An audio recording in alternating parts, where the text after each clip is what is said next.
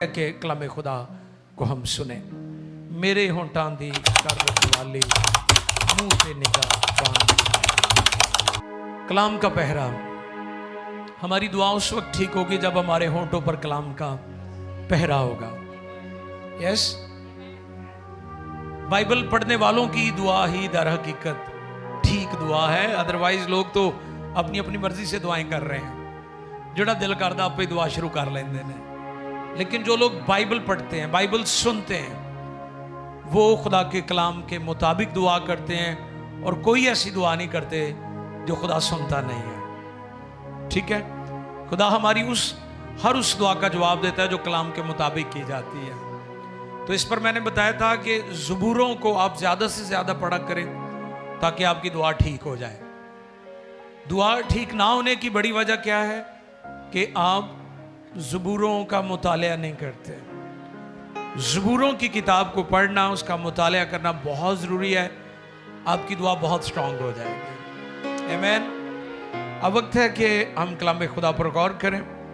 आज का टॉपिक है रूहानी तरक्की के लिए खामोशी में या अलहदगी में दुआ करना, सीक्रेट।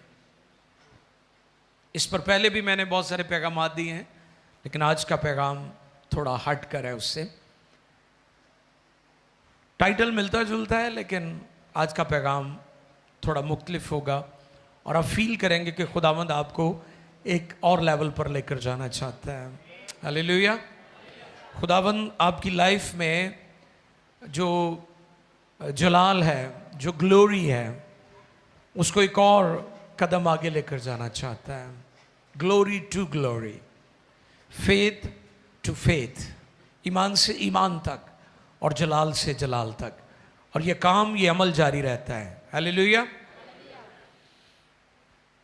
हबक्कूक ओल्ड टेस्टमेंट में अंबिया असगर में से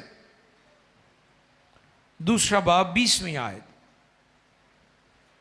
रूहानी तरक्की के लिए खामोशी की दुआ या अलहदगी में दुआ। इंग्लिश में इसे सॉलिट्यूड बोलेंगे।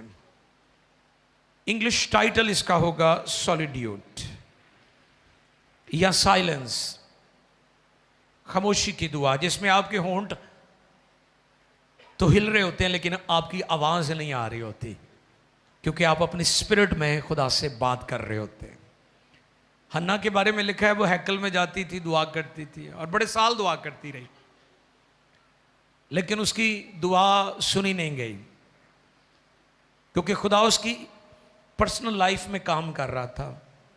हमारी बहुत सारी दुआएं इसलिए भी सुनी नहीं जाती क्योंकि खुदा हमारी पर्सनल लाइफ में काम कर रहा होता है। होंठ हिल रहे थे, आवाज नहीं आ रही थी। तो आज की जो दुआ है या जो प्रेयर लाइफ है, उस पर जो हम बात करने जा रहे हैं वो सॉलिट्यूड है। इंग्लिश में उसे सॉलिट्यूड बोलते हैं, साइलेंस बोलते हैं, और खामोशी की दुआ है। आइए देखिए हबक्कूक 2:20 में हम इस पर गौर करेंगे। जी, खुदा के कलाम मुकद्दस में यूं रकम है, मगर खुदावंद अपनी मुकद्दस हैकल में है। हाँ जी, मगर खुदावंद अपनी मुकद्दस हैकल में है। सारी जमीन उसके हुजूर खामोश रहे। मगर खुदावंद अपनी मुकद्दस हैकल में है, सारी जमीन उसके हुजूर खामोश रहे।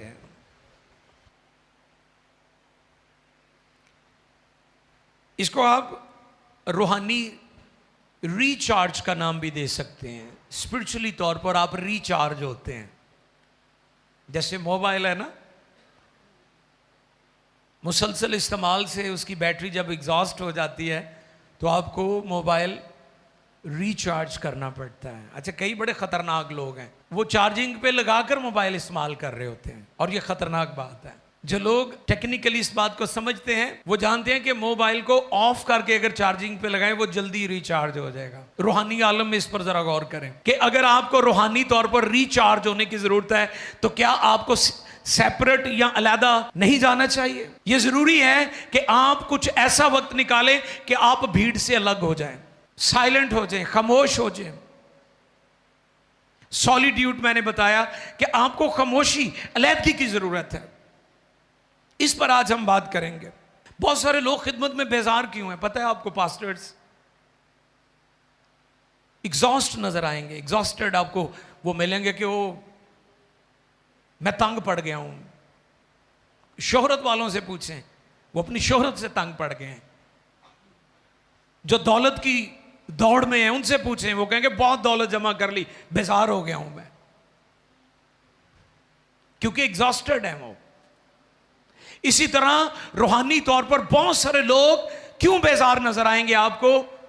एंजाइटी है उनकी लाइफ में, एग्जॉस्टेड है वो, क्योंकि वो खुदावंद के लिए अलैदगी में वक्त नहीं निकालते। इसलिए मैंने पहले भी बताया था कि पूरा हफ्ता विजिट्स, पूरा हफ्ता मीटिंग्स, ये ठीक तरीका नहीं है खिदमत का। कि आप कहें जी मैं पूरे का पूरा वीक ही बिजी हूं, मैं जो है मीटिंग्स करता हूं, मैं विजिट्स करता हूं, मैं खिदमत करता हूं। एक वक्त आएगा आप बेजार हो जाएंगे, क्योंकि आप रिचार्ज नहीं हो रहे, आप जाया हो रहे हैं, आप खत्म हो रहे हैं। तो इसलिए आज इस बात पर हम कुछ वक्त के लिए गौर करेंगे कि आपका रूहानी तौर पर रिचार्ज होना कितना ज़रूरी है। रूहानी तरक्की के लिए हमारा खामोशी में, अलैदगी में, दुआ में झुकना कितना ज़रूरी है।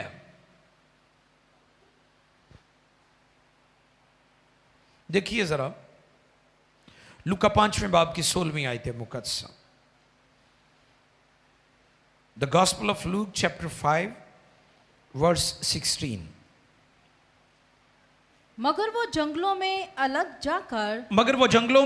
अलग जाकर दुआ किया करता था। ये हमारा खुदावंद, कलमा खुदा, उसके बारे में लूका की इंजील में कलमबंद है, मगर वो जंगलों में अलग जाकर। खुदावंद यीशु खुशखबरी का काम शागिर्दों के साथ मिलकर करते थे, लेकिन दुआ के लिए वो लग जाते थे सेपरेट। आज ही हम बात कर रहे थे, पास्टर बाबर जो कराची से हमारे दरमियान है, वो बात कर रहे थे कि मौजज़ात पुलपट पर नहीं होते, मौजज़ात दुआइया मज़बे पर होते हैं। Hallelujah, what a powerful statement.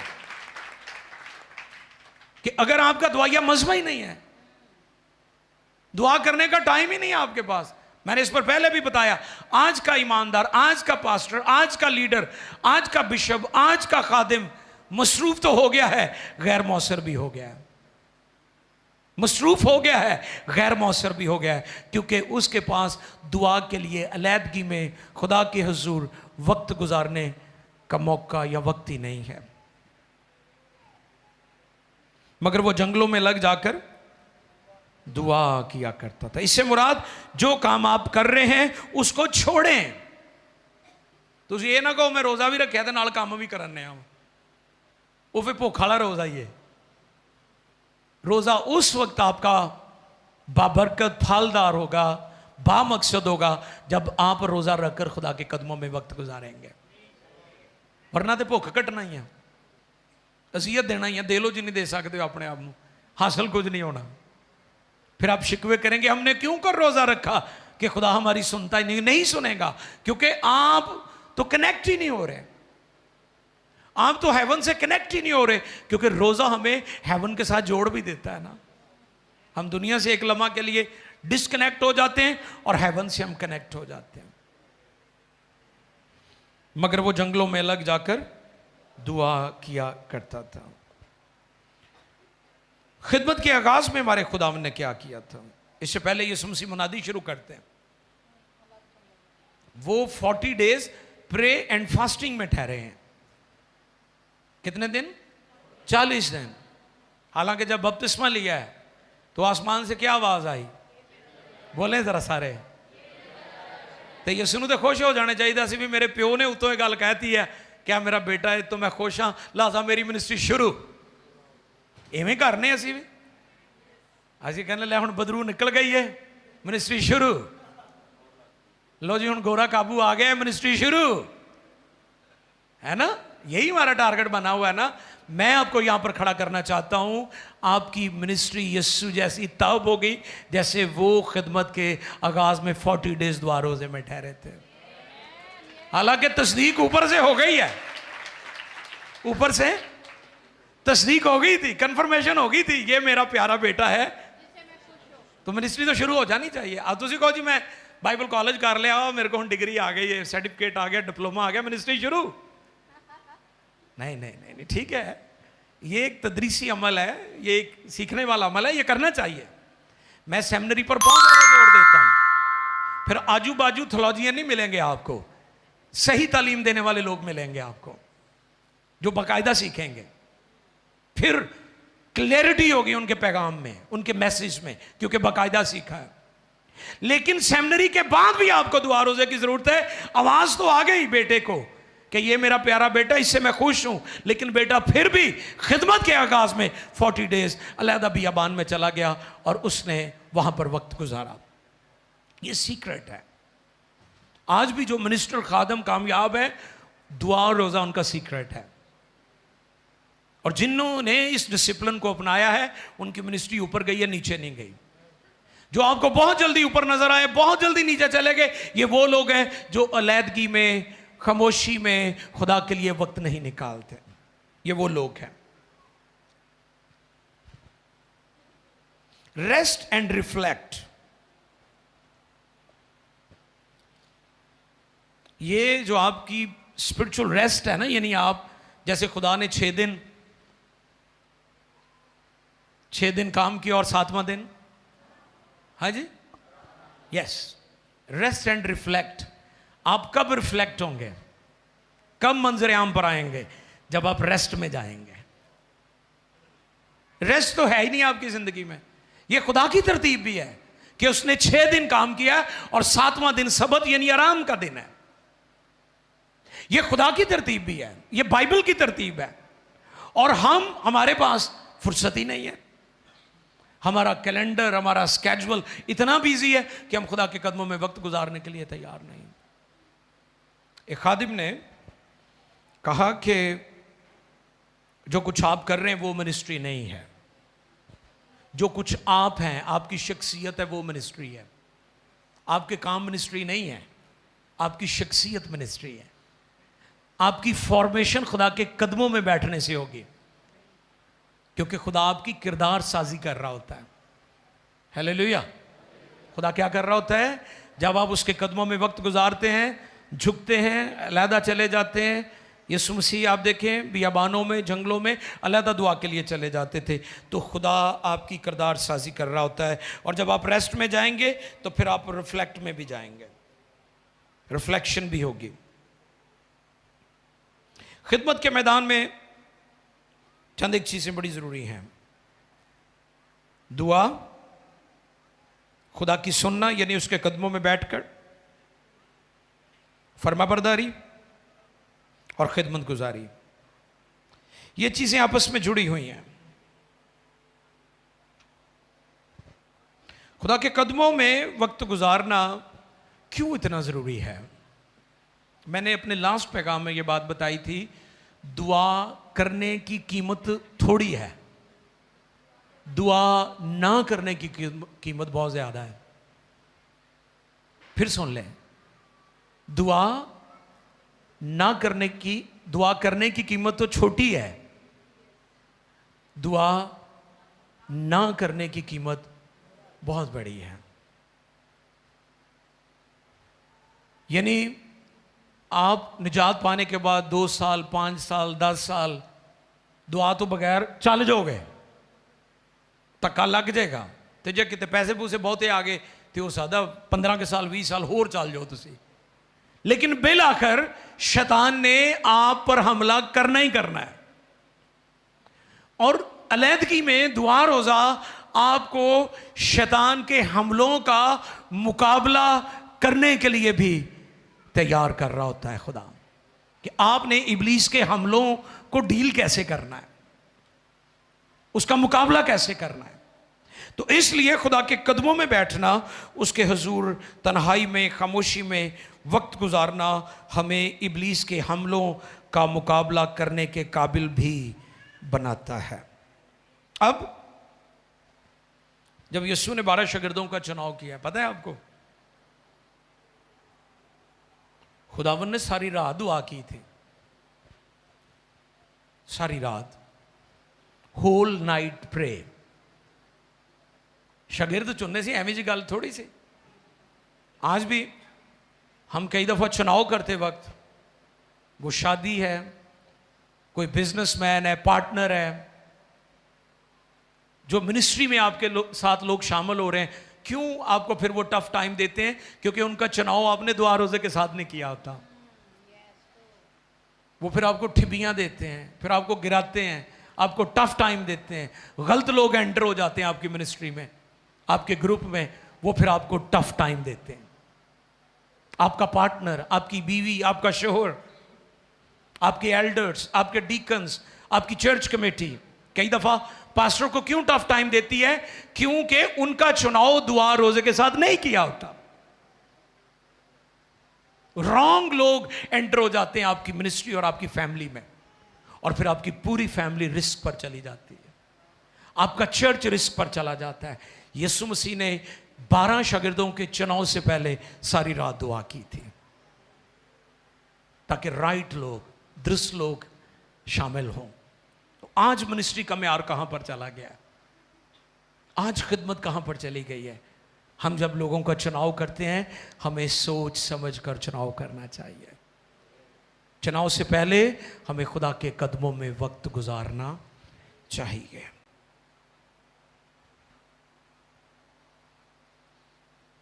यीशु मसीह ने जब 5 रोटियां और 2 मछलियों वाला मौजज़ा किया, तो आपको पता फिर दुआ के लिए चले गए थे। अच्छा, ये बड़ी हैरानी की बात है। हमारे तो ये ना कि हम कोई कामयाबी हासिल कर ले तो फिर असीं खड़े हो जाने कि सुनिए साड़ियां तारीफां किनियां कि कर देने लोग। और मैं पिछले जब भी दसिया सी ना कि कई दुआ कर लैन के कहने मैं दुआ कैसी की है। यानी तारीफ सुनने की आदत जो है साढ़े विच गल आ गई है कि असी हर जगह अपनी सिफत सुनना चाहते हैं। बल्ले बल्ले ते वाह वाह की सानू आदत पई हुई है। ठीक है, अब यीशु ने इतना बड़ा मौजज़ा, हैरान कुन मौजज़ा था, 5 रोटियां ते 2 मछलियां। साढ़े पाकिस्तानी तो तुहानू पता बहुत ही खाते रोटी। मैं अमरीका साथ उत्थे एक गोरियां दे घर मैं खाना बनाने लगा, तो वो गोरी ने मैनू चावल दिते, 1 कप चाह ला नहीं जिड्डा कि हुंदा छोटा। तो मैं क्या जी किन्ने आ? कहंदी असीं 5 हाँ। तो मैं क्या तो मेरी भी नहीं इन्हें जरूरत पूरी करनी, तो तू 5 का दस रही हाँ। कहते नहीं काफ़ी नहीं। मैं क्या नहीं, पाकिस्तान च काफ़ी नहीं गा, इत्थे शायद तुहाडे लिए काफ़ी होए। 5 रोटियां ते 2 मछलियां, 15,000 के करीब लोग सन जिन्होंने खादियां ने। हालेलुया। ये काम मेरा यीशु सिर्फ कर सकता है, कोई और नहीं कर सकता। अच्छा, मौजज़ा हो गया। 12 टोकरे टुकड़ों के भी बच गए हैं। और आपको पता है यूहन्ना को भी शहीद कर दिया गया, जॉन द बैप्टिस्ट को। उस वक्त इसी दौरान यीशु सैड भी थे थोड़े। यीशु इसलिए बियाबान में नहीं चले गए कि वो डर रहे थे हेरोदी से। नो नो नो नो, यीशु मसीह अपनी तारीफें नहीं सुनना चाहते थे। कई दफा हम तारीफें सुनने की हमें आदत पड़ी हुई है। ये मौजज़ा करने के बाद वो फिर दुआ में जाके ठहर गए।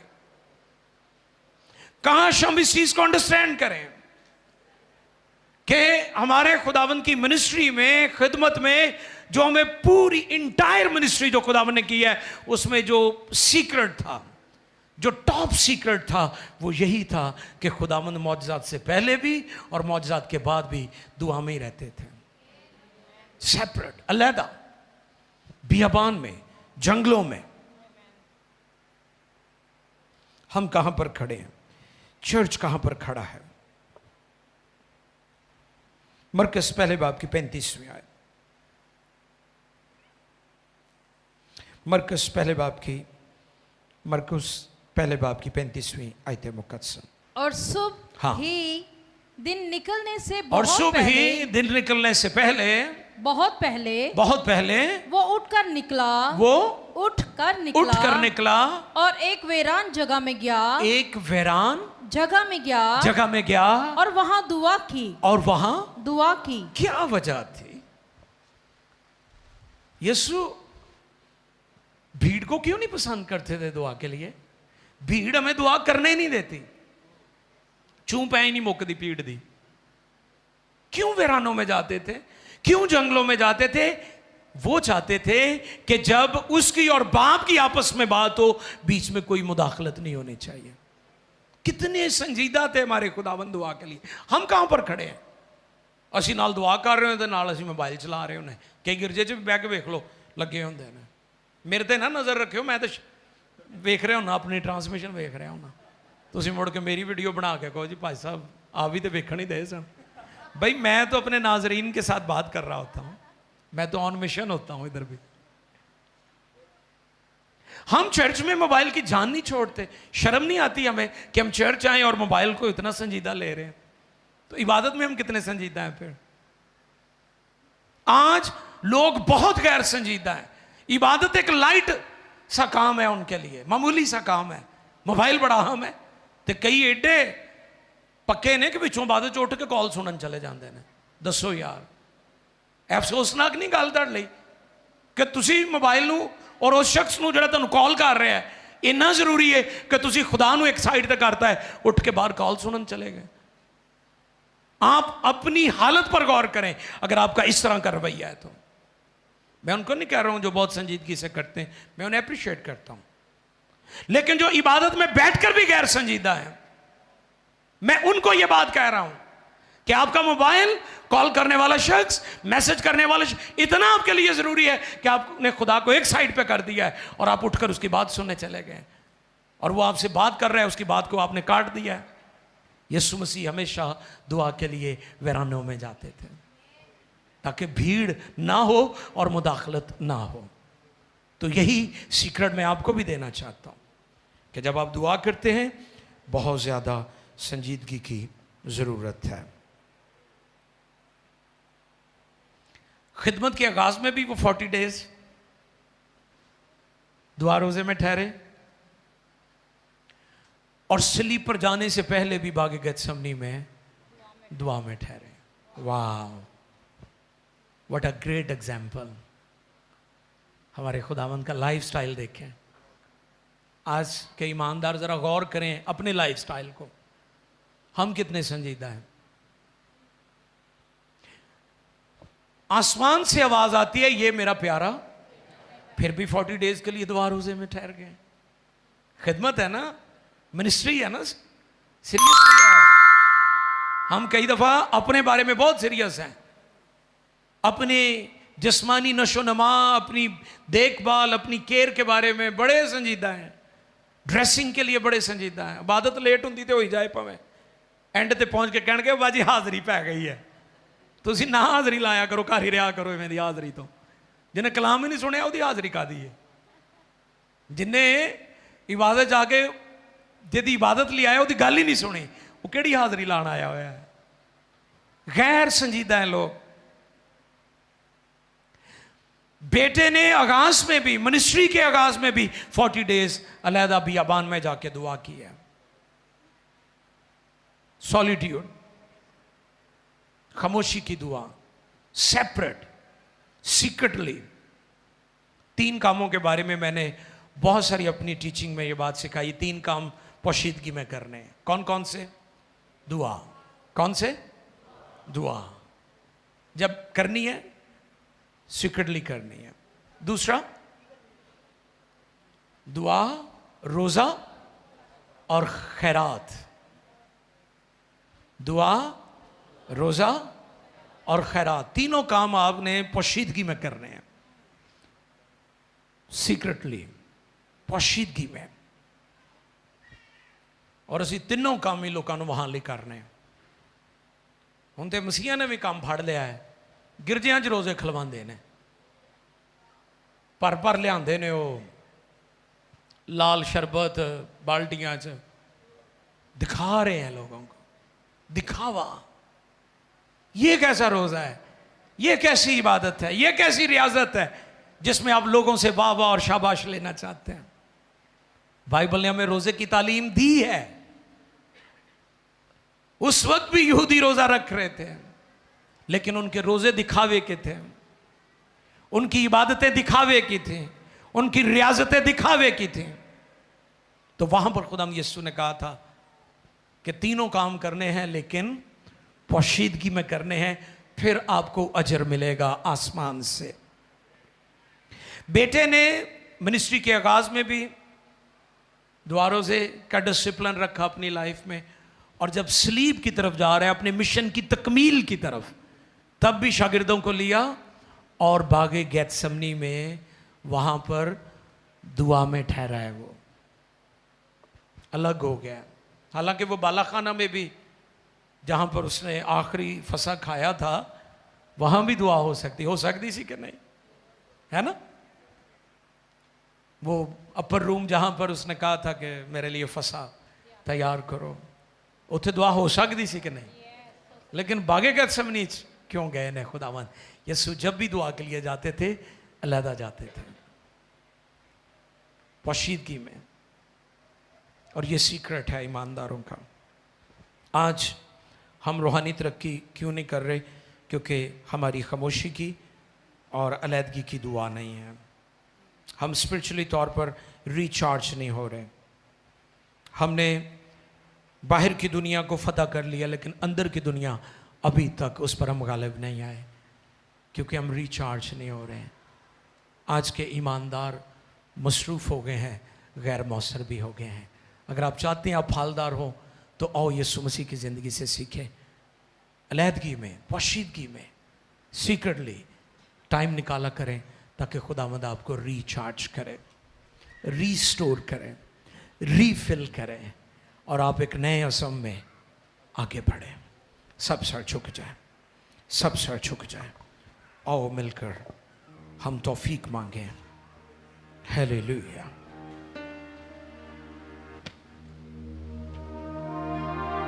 शागिर्दों का भी यही डिसिप्लिन था, शागिर्दों की भी यही तरतीब थी। उन्होंने यीशु को फॉलो किया और वो आगे बढ़ते गए, वो आगे बढ़ते गए, इंजील फैलती गई। वो दुआ में बड़े संजीदा थे, वो गवाही के काम में बड़े संजीदा थे, वो खिदमत में बड़े संजीदा थे। हमने रूहानी चीजों का मुतबादल ढूंढ लिया है। दुआ का कोई और मुतबादल नहीं है।